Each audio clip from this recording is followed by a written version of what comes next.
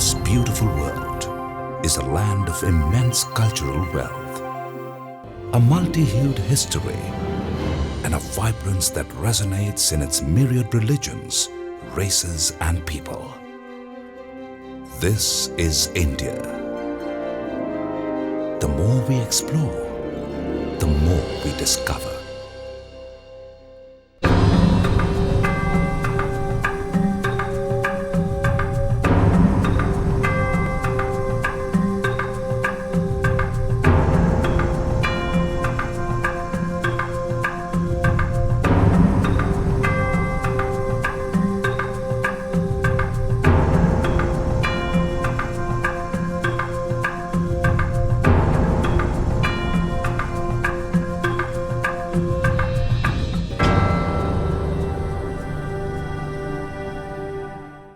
In the western state of Gujarat is a land rich in myth and legend. A city surrounded by the mystical Mount Girnar, Junagadh.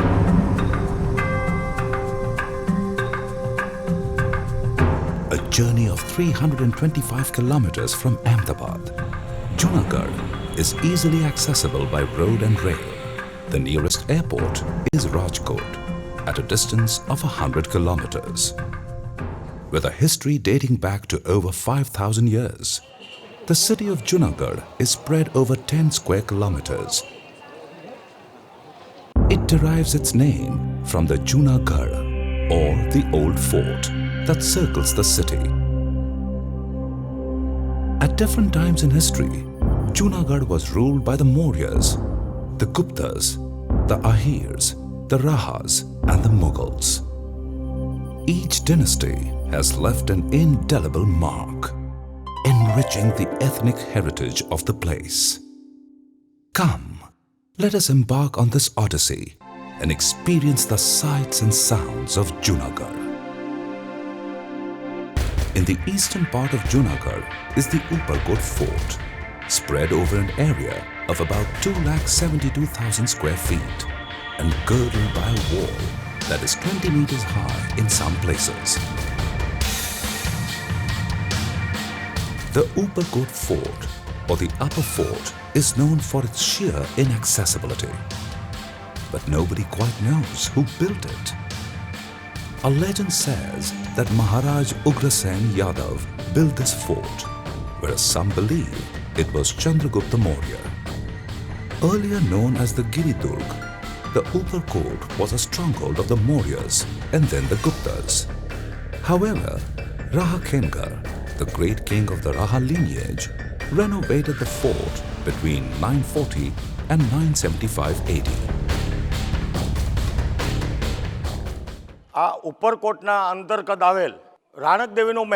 This is the Ranak Devi's palace, built as a symbol of love for his beautiful wife. It also houses a Lagan Mandap, or marriage hall, and the hall where the king held court. The crafted marble work on walls and pillars speak of opulence and good living. Up the winding steps to the top of Uparkot, we get a panoramic view of Junagadh on one side and the majestic Mount Girnar on the other. Close to Ranak Devi's palace are the two interesting large step wells that reflect the engineering eminence of the time. Raha Khengar built the Adi Chadi Vav, Vav meaning well, and named it after the twin sisters Adi and Chadi, his mistresses. The well is 310 feet deep, and a stairway of 172 steps leads to the water below. The beautiful striated natural design on its walls throws light on the mighty hands that dug the well out of hard, solid rock. The Navgan well is deep and was hewn out from soft rock. A beautiful spiral stairway winds down to its alluring depths.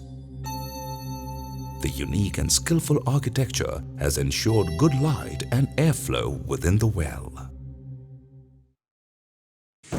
This is the Thakka Bari, An eerie story haunts this window. It all started when the two nephews of Raha Khenkar, Deshal and Vishal, seeking vengeance, joined hands with their relative Siddharaj and plotted to kill Raha Khenkar. Siddharaj was in love with Raha Khenkar's wife, Ranak Devi. Warriors, hiding in bags of food grains, were taken to the palace to attack Raha Khenkar. A fierce war ensued and Raha Khenkar was killed. Siddharaj deeply regretted Raha Khenkar's death and felt it could have been averted. Filled with rage, he ordered that Deshal and Vishal be thrown out of the window. Thus, this structure came to be known as the Dhakka Bari. Dhakka means push, and Bari is a window. Dhakka Bari is the infamous window from which criminals were pushed to death. During the Mughal reign, the Mughal king Mujahid Khan Bahilim brought 2 cannons to the Uparkot fort from Egypt. These were used in the wars against the Portuguese. The 17 feet long Neelam Tope could fire a shell up to 20 kilometers.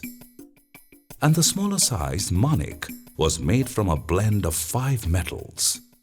As we marvel at the brilliance of the Uparkot fort, we know that this is just the beginning. There's so much more to explore, to discover.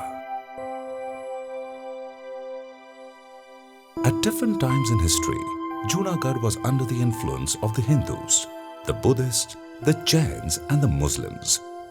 This is evident in the rich and diverse architectural milieu of Junagadh.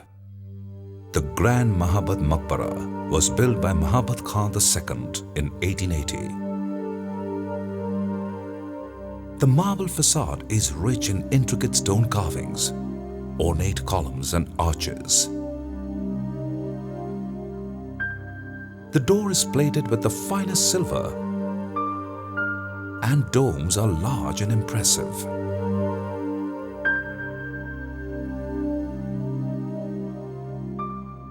The mausoleum, where many Nawabs were laid to rest, including Mahabad Khan II, is an ode to the beauty of Islamic architecture.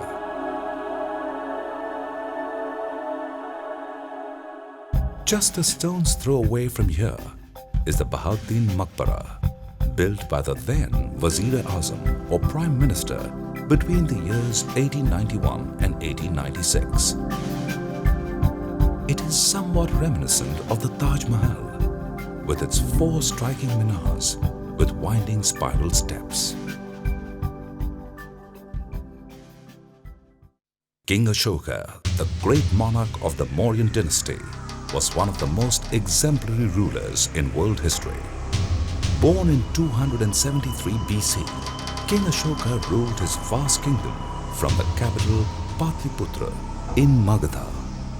He was ambitious and he conquered many kingdoms by war.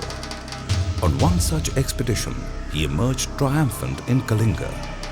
But seeing the devastation ravaged by war, he was horrified. He was so pained by the loss of lives that he vowed never to resort to violence again. He adopted Buddhism and took up the noble task of propagating the teachings of Buddha. Archaeologists have discovered a large number of edicts in India, Nepal, Pakistan and Afghanistan. The Ashok Shila at Junagadh has 14 edicts engraved on the huge boulder in the Brahmi script in Pali language. They preach self-control, purity of thought, kindness, gratitude, respect for elders, and devotion. The great king passed away in 232 BC during the 38th year of his reign. But to this day, King Ashok lives on through these edicts. The bustling Janta Chowk houses the famous Darbar Hall Museum, built during the rule of Rao Lakpatji. It offers a glimpse into the regal splendor that was. The Darbar Hall has a priceless antique collection of historical paintings, portraits, chandeliers, silver chairs, gold-studded carpets, and the beautiful royal robes. There is also a gleaming collection of swords, knives, pistols, and armor used by the valiant kings and warriors. Out in the lush and verdant lap of nature is the Wellington Dam, an interesting facet to Junagadh. The people here thank the engineering foresight of Nawab Mahabbat Khanji III, who laid the foundation for the Wellington Dam. Viceroy Sir Wellington inaugurated the dam in 1936. The water from the dam is directed to the large reservoir, where it is further purified through a 5-way tank system and then supplied to the entire city of Junagadh. It is believed that 330 million forms of gods and goddesses are worshipped in India. Junagadh abounds in temples, old and new. This quaint Hindu temple at the foot of Mount Girnar is dedicated to Lord Damodar. Rajnath, Lord Krishna's grandson, built this temple in 458 BC. The temple stands on 84 sturdy pillars. The Skanda Purana, a sacred Hindu scripture, says that the idols of Krishna and Baldev in the sanctum self-incarnated about 12,500 years ago. The Damodar Kund is the sacred tank near the temple. Its cool and pure waters attract scores of pilgrims for a holy dip. In fact, Hindus believe that the ashes of the dead immersed in this water merge in its essence better than any place else.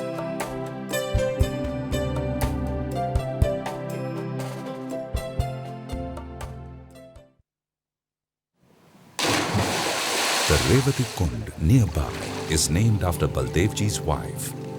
The pond is 70 feet deep and was constructed upon a wooden base. But there in its depth lies another mystery, another miracle. The wood at the base has not decayed in the thousands of years. He is powerful. He is all-pervading. He is Lord Shiva, a deity worshipped by millions of Hindus. The Bhavnath Mahadev temple, dedicated to Lord Shiva, is located at the foot of Girnar.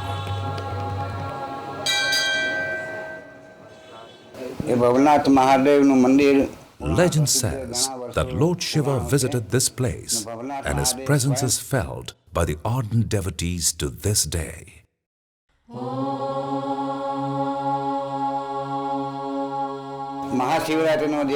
Every February, the Mahashivratri festival is celebrated with a 5-day-long fair that brings in 10 to 12 lakh eager devotees.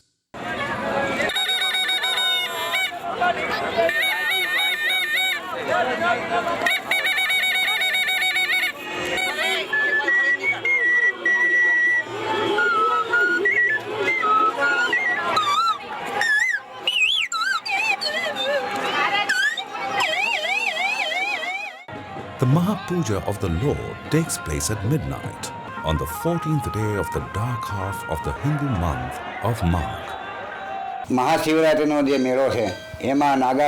The peculiar Naga Babas, or the naked saints, come from various parts of India to celebrate Shivratri. On the auspicious night, they move towards the temple in a colorful, bizarre procession, holding flags, playing with fire and swords, after which they take a dip in the Mruki Kund. The Maha-Arti, or the waving of the fire lamps, is then performed with great enthusiasm. The Shivratri here is a unique, magical experience that you take back home in your memories.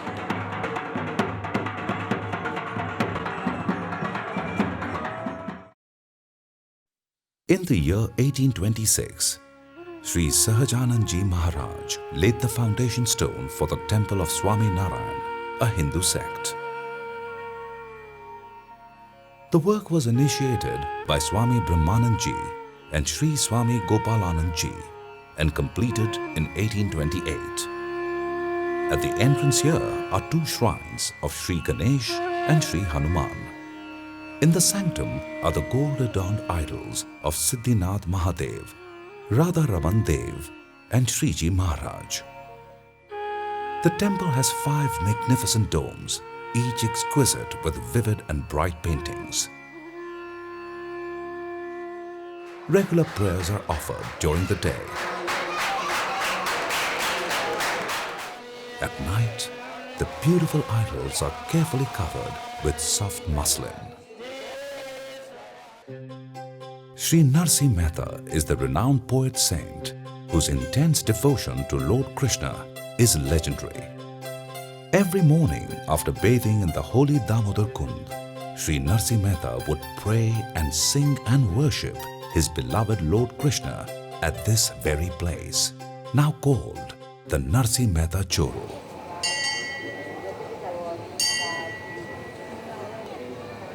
It houses the idols of the deity and his devotee.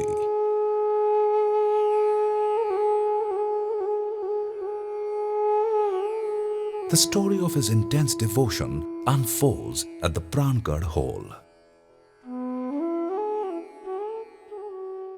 However, the story of Junagadh is incomplete without the imposing Mount Girnar. Girnar has been standing tall and beautiful since thousands of years and is a symbol of faith of thousands of pilgrims who find solace in its bosom.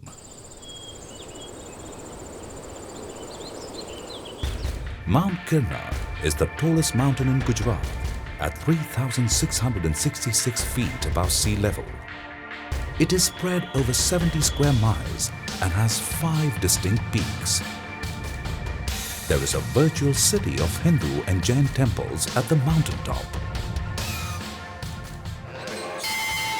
Girnar starts at Taleti, which is lined with shops selling items for worship.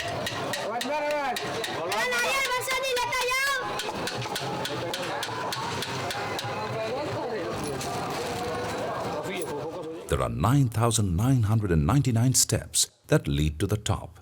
The climb is long and arduous, a real test of endurance.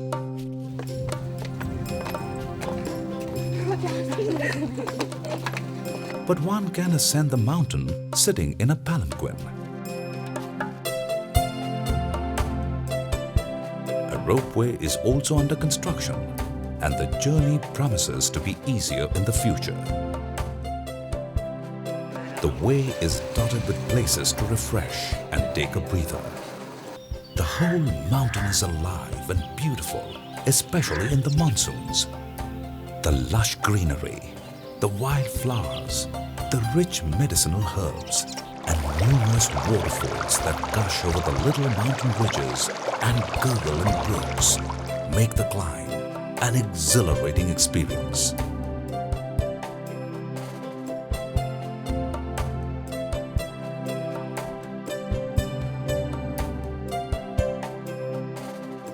On the way to the peak is a quaint old temple of Lord Ram. About 600 feet from the top, on the plateau, are the centuries-old temples, most sacred to the Jain community. We are now at the portal of a whole cluster of the beautiful Jain temples. Prime among them is the Neminath Derasar, dedicated to the 22nd Tirthankar. The faithful believe that Sri Neminathji left his mortal body after living here for 700 years.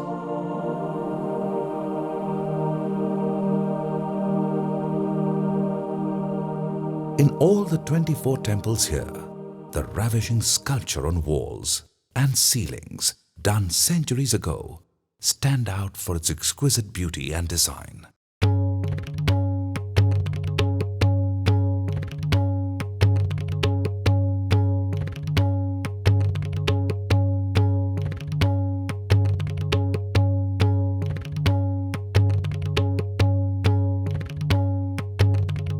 Also situated near the Jain temples is Rajulji's cave. Rajul was the wife of Sri Neminathji. She performed severe penance here for several years.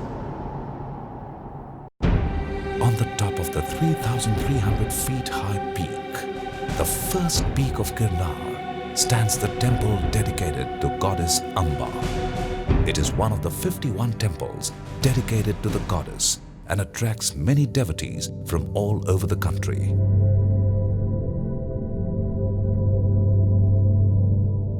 This is the highest peak of Girnar, the Gorakhnath Peak, that stands at a glorious 3,666 feet. In Indian mythology, Rishi Gorakhnath was the disciple of the saint Machindranath. Gorakhnath migrated from Kashi to perform penance in the tranquil environs of Girnar.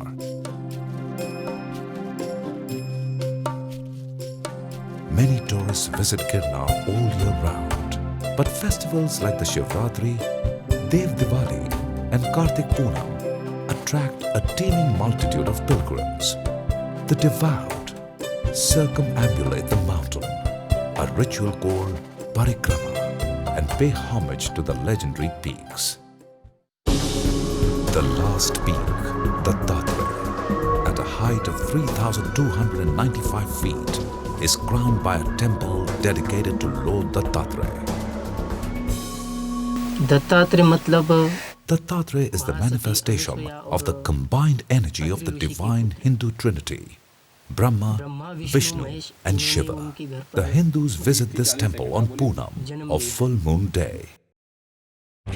But the most intriguing, most dramatic, the unfathomable enigma that surrounds Girnar is the awe-inspiring view of the mountain. Nature unfolds a wondrous mystery as you see that Mount Girnar resembles the profile of a yogi. The spellbinding view transcends the real and will live in your memories forever. Girnar is also believed to be the abode of the 9 immortal Nathas and 84 Siddhas, or spiritually elevated souls. And this makes the mountain the invincible protector, the savior. Centuries in time have stood testimony to Junagadh's rich tapestry of color and lore. The mighty fortresses, the rich architectural legacy, the colorful fairs and festivals, the infectious warmth of the people, the sonorous strains of Narsi Mehta's poetry, and the magnificent mystique of Girnar. Junagadh is the land that never ceases to fascinate. Junagadh, keep discovering. We shall not cease from exploration, and the end of all exploring will be to arrive where we started and know the place for the first time.